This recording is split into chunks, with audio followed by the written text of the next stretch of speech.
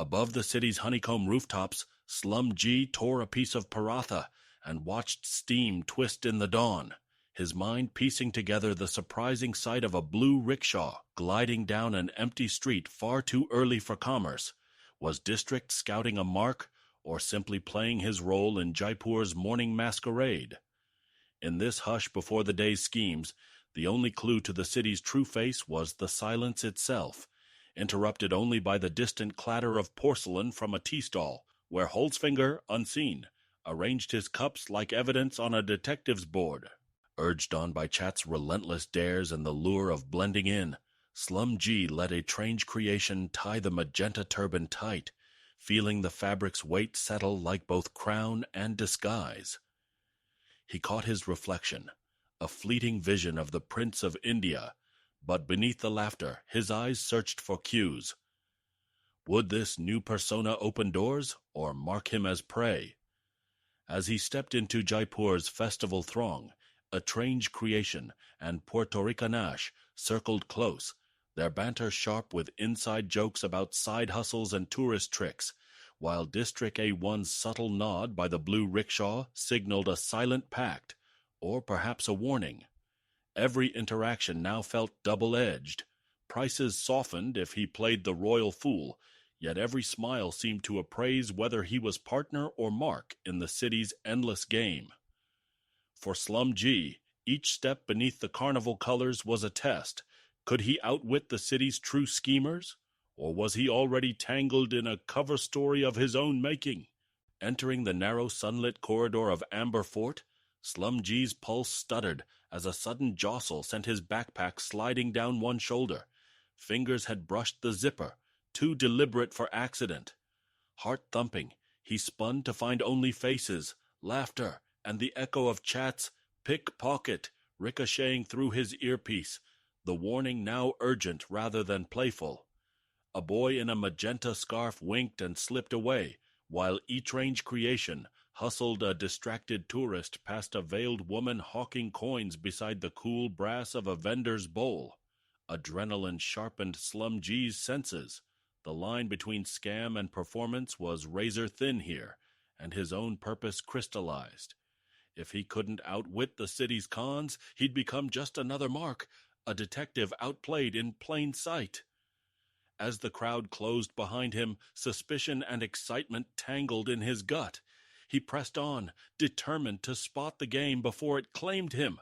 Helmet cinched and senses sharpened, SlumG threaded his motorbike through Jaipur's night labyrinth, the city's neon haze reflecting off wet stone as shadows flickered in the periphery. Here, every anonymous rider or lingering chai seller became a suspect, every honk a coded warning. He catalogued the details with a detective's rigor, license plate digits, the angle of a scarf, the curious repetition of a battered rickshaw in his mirror, while wondering which, if any, of the day's playful conspirators now held a secret worth following, and which merely wore the mask of opportunity. At the next intersection, SlumG paused beside Holzfinger's tea stall, his gaze lingering on the vendor's unreadable expression, porcelain cups aligned in perfect rows.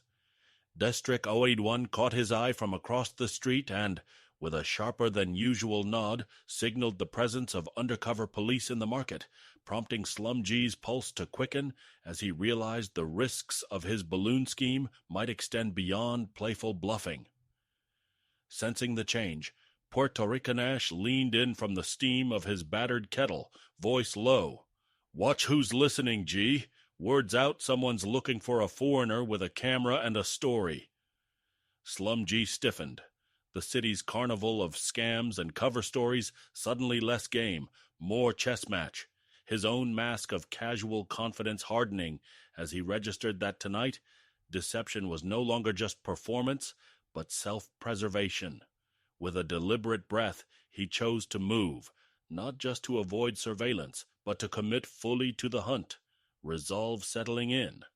The city was watching, and so was he. SlumG, urged on by the chat's wild cover stories, watched the agent's eyes flick between skepticism and calculation, each new excuse, heart monitor, pregnancy, fat man for a day, raising the stakes of their exchange like a shell game with no safe bet. For a fleeting moment, as District 81 lingered at the edge of the crowd and Holzfinger's silhouette caught the lamplight, SlumG wondered whether the negotiation was for a balloon ride at all, or if it was merely the latest trial in a city where the truth was always someone's best disguise. As the agent's gaze lingered, sharp with recognition, SlumG felt the weight of his own narratives shift uncomfortably. Were these improvised covers protecting him, or quietly exposing him as the crowd's unease sharpened to scrutiny? At the margins, District 81's subtle nod toward Holzfinger suggested a silent accord, as if even the bystanders had begun to calculate not just his price, but the cost of the stories he spun. Night stilled as SlumG closed the hotel door behind him, the echo of distant horns and fractured bargains fading into a hush so complete he caught the thrum of his own pulse, each heartbeat a tally of the day's fictions. In the sterile lamplight, he reviewed his mental ledger, suspects, motives, and masks, realizing that, for every clever ruse spun or price defended, the city's true currency was not truth or deception, but the precise moment when one quietly became the other. Outside, the city's laughter faded to a hush as SlumG lay listening for the faintest clue. Footsteps in the hallway, the creak of plumbing, even Crazy Harddick's half-coherent muttering about water bottles and ceiling fans, searching for evidence that the night held more secrets than dreams. Under the pole of the turning fan, he weighed each farewell from chat not merely as comfort, but as code, a final test of which masks must be kept on until dawn, and which, in the privacy of darkness, could be safely set aside.